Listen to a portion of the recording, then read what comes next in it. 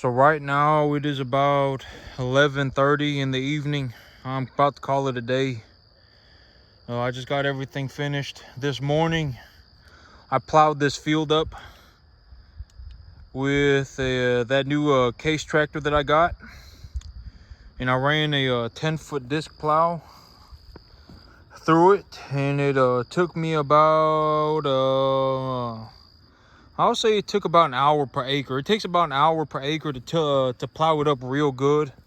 And so I'm showing y'all what the soil looks like right now to show y'all what the field looks like after I'm done plowing it. And this field was essentially sod. It was completely just grass, just covered in grass. If y'all take a real close look at it, you can still see the grass in it. But all of that grass will decompose, and when it decomposes, it will release the minerals back into the soil. And so this planting, I actually didn't put any fertilizer on the field. But also granted that about 3 weeks ago, I put about 50 pounds of nitrogen on this field, and I applied it at a 5131 NPK sulfur ratio. And so there's still fertilizer on the field, and I got this all plowed up, and so this is all going to turn back into fertilizer, and it will turn into starter fertilizer for the crop. And after the crop gets started, I will put fertilizer on the field so that the crop continues to grow. And so all of this right here, all of this, you can take a look at it. All of this was done with just a disc plow. I didn't run anything else. I just ran that disc plow through it, and you can see that I got it done real good.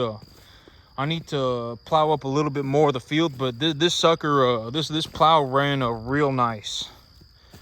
It ran real nice, and so, but this is the realities of plowing land, is that, well, it's not going to damage the environment. I know that when people look at this, a lot of people, they are super opposed to plowing up fields, and I'm just going to be completely honest. If you plow up a field, from what I have seen through my farming experience throughout the, about the 14 years that I've been farming, I haven't ruined a field at all ever by plowing it. Not one time. Not one time was I like, oh my God, I can't believe, I plowed this field and it just completely ruined the field. It almost never happens. I'm just gonna say, what I'm gonna say, excuse me, it's been a long day, and so what I'm gonna say is that throughout my experience, I only plow my soil about twice a year. I plow it twice a year, and from what I have seen,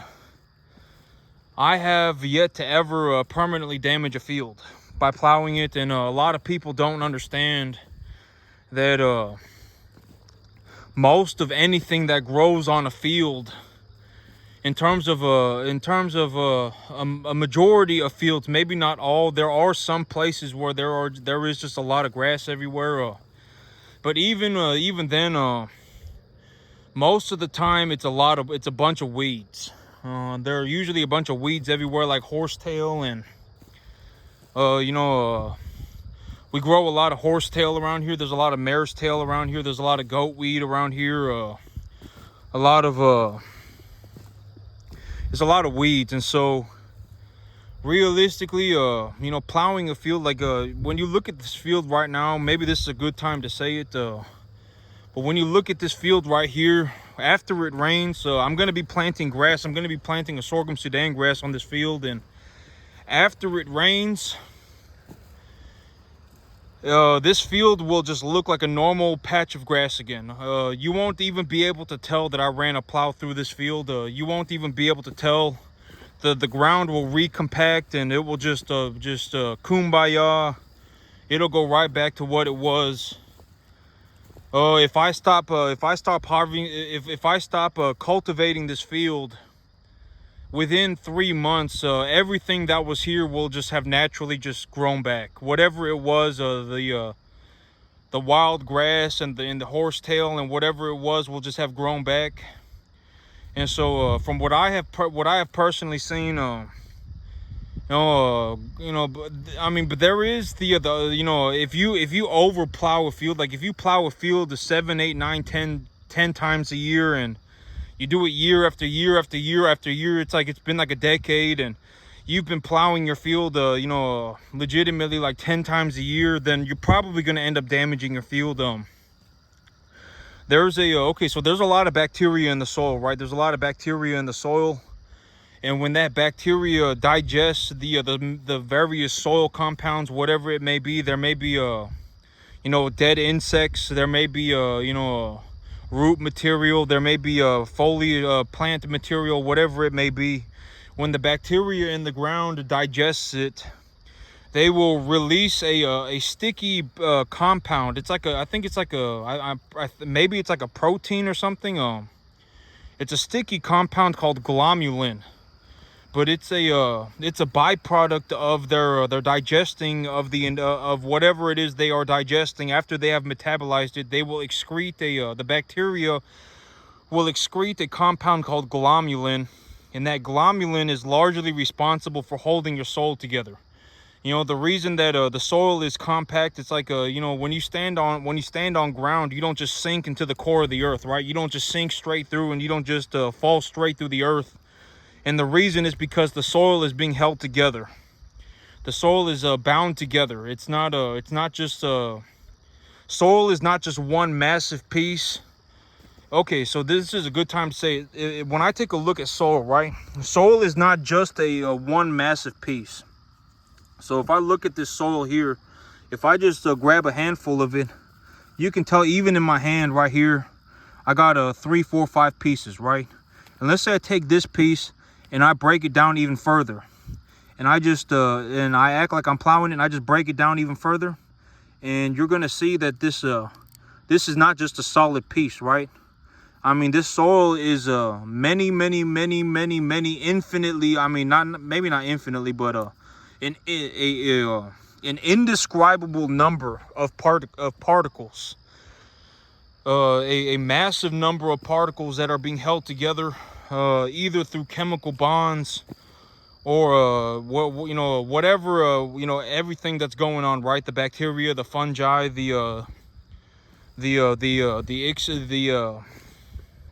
everything, right? The proteins and everything that is holding the soil together.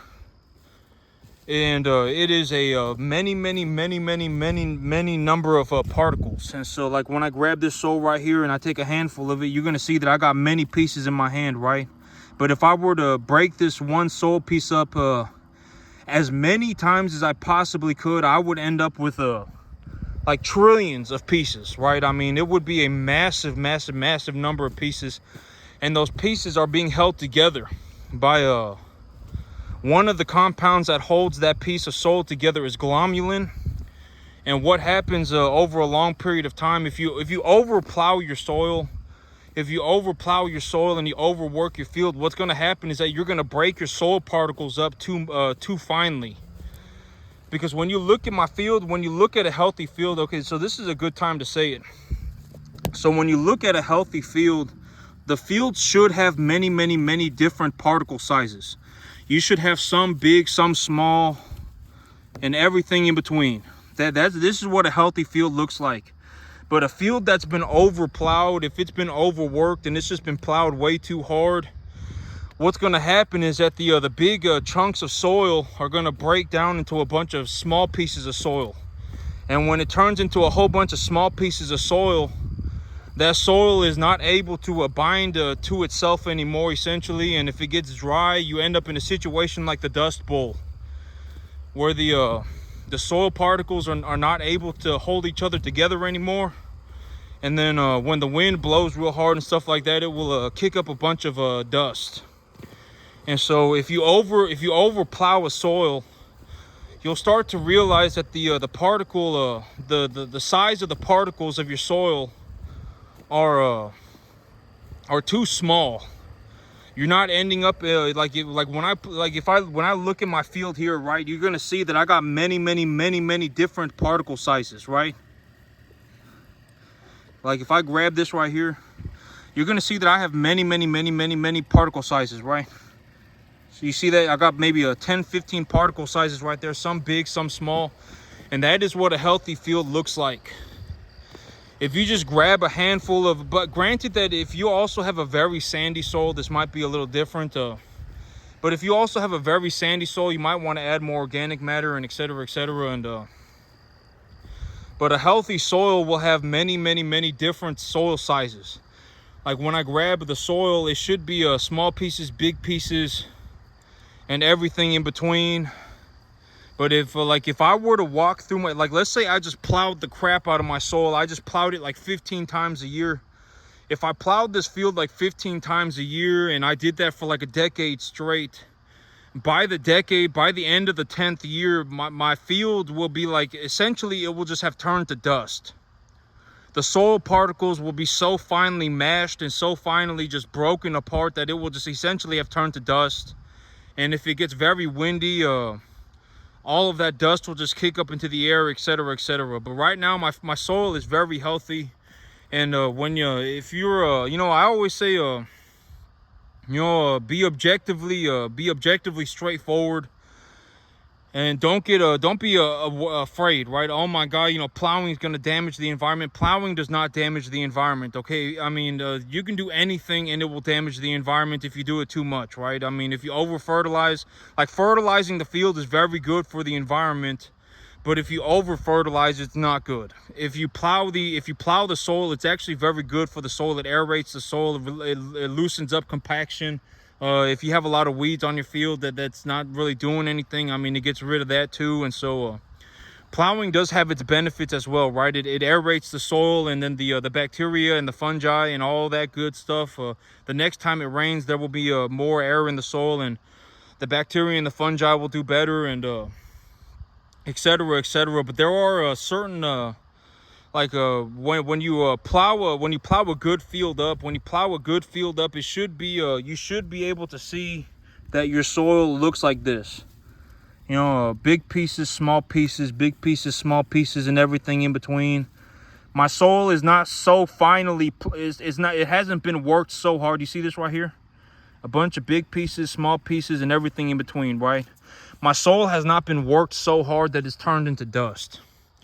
If you're plowing your field so hard that it's turning into dust, I mean, that's not good. I mean, you should probably let up on that plow a little bit. If you're plowing your field that hard and you need to get whatever it is you need to just get it off the field, maybe you need to consider just maybe glyphosating it or herbiciding it one time. Maybe skip plowing it for about a year or 2 or 3 and just glyphosate it instead, and try and just work your soil a little less. However which way you can do that. Granted, that's easier said than done. Me as a guy who just grows hay and runs cattle, I really only need to plow my soil twice a year, and that's perfectly fine. And a good way to look at this, I guess, for a lot of people who don't know, is that even when a field gets plowed, after about let's say you're very concerned about the environment, if you plow your field like this, after about 3 months, the environment will be right back to where it was. I guarantee it. As long as the weather is somewhat okay, everything that was growing here originally will just grow right back.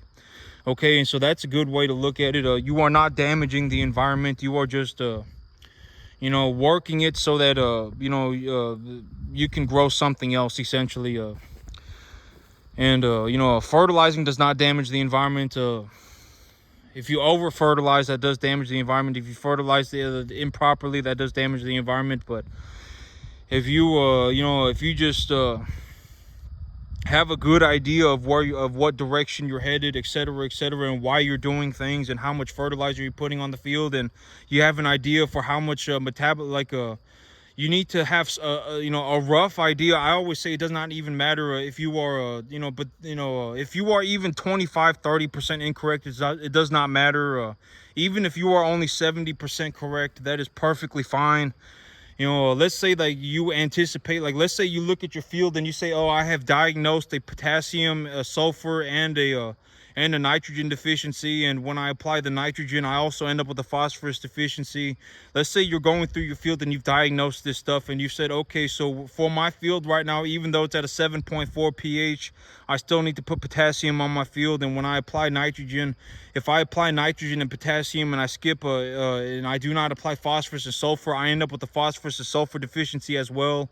And so when I look at the overall data for the generic data for overall plant growth, I find on the internet that it says that it's you know, grasses grow at about a 7.15 NPK ratio. It would be considered generically correct for a multi variety of grasses, or even if you wanted to just look up the cultivar of grass or the species of grass you're growing, you know, what ratio of nitrogen, phosphorus, potassium should I use to grow a winter wheat crop, and you know, and it says, okay, you should use a 7.15 NPK for this cultivar, for these 15 different cultivars of winter wheat. We use this fertilizer. And you sit there and you take a look at it and you say, okay, I got a good idea of what I need to get done.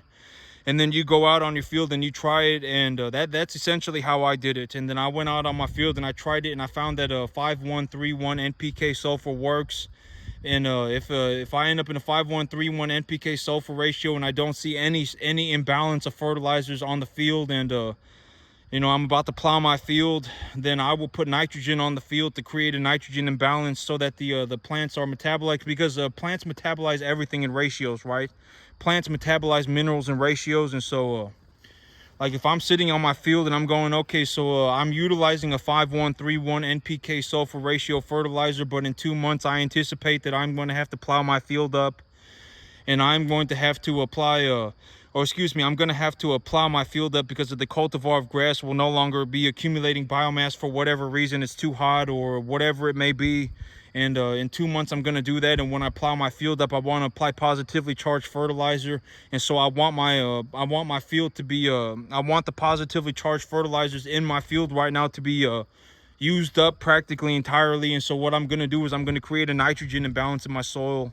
And when I create a nitrogen balance in my soil by applying just urea to my field for 2 months, and the plants are metabolizing the minerals in in ratios, essentially in ratios. I do not know exactly what ratio it's metabolizing it in, but I know that it is metabolizing it in ratios, right? I always say it does not matter if you're 30% incorrect, as long as you are headed in the right direction. It does not matter, right?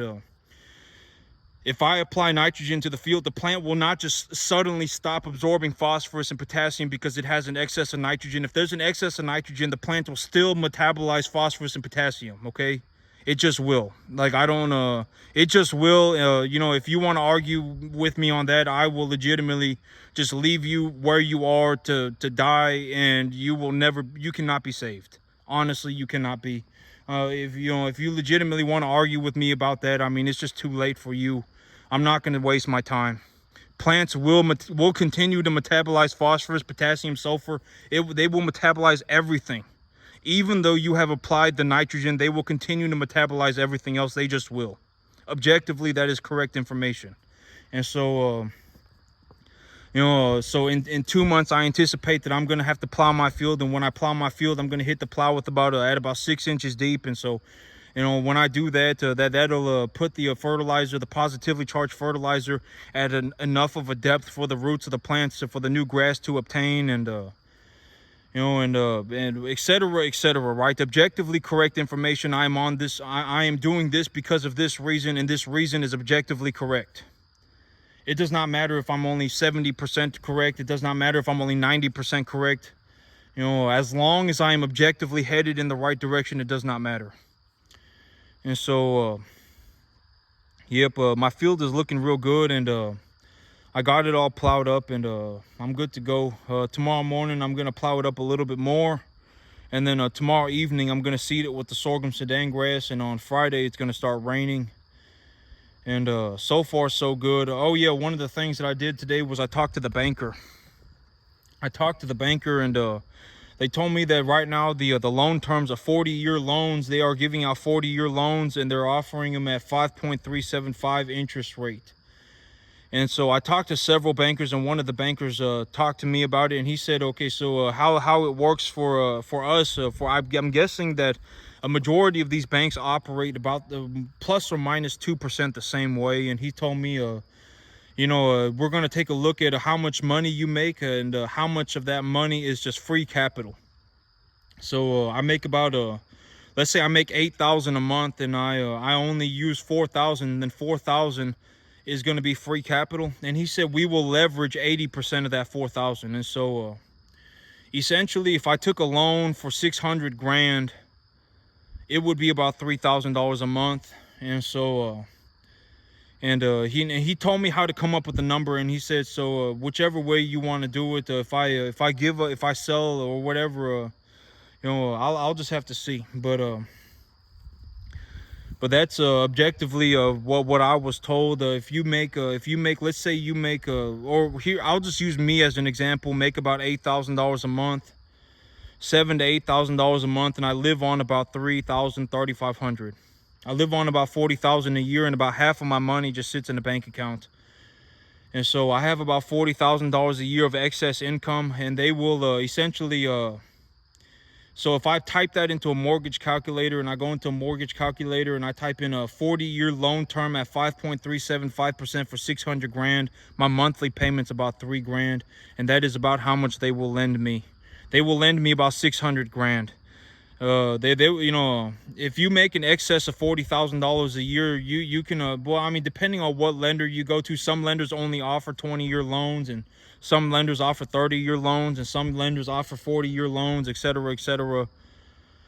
And so depends on what lender you go to. You need to talk to the bank yourself. That's what I always say. Do not sit there and even try and do this stuff. Just ask the banker yourself. I've said that repeatedly in the past, right? Like, it's don't even sit here and waste your time, because at the end of the day, you're not going to know. The only way to know is to ask the banker, and when you ask the banker, they will tell you. They will plug it into their computer. It will take them 10 minutes, and they will tell you this is how much money we'll give you, and this is how much it's going to cost you. And then you say thank you. I'll keep that in mind, and thank you, and goodbye. And then you can take a look at your options, and you can choose the best one for you. And so. Yep, but that's it for me today, YouTube. You have a good one.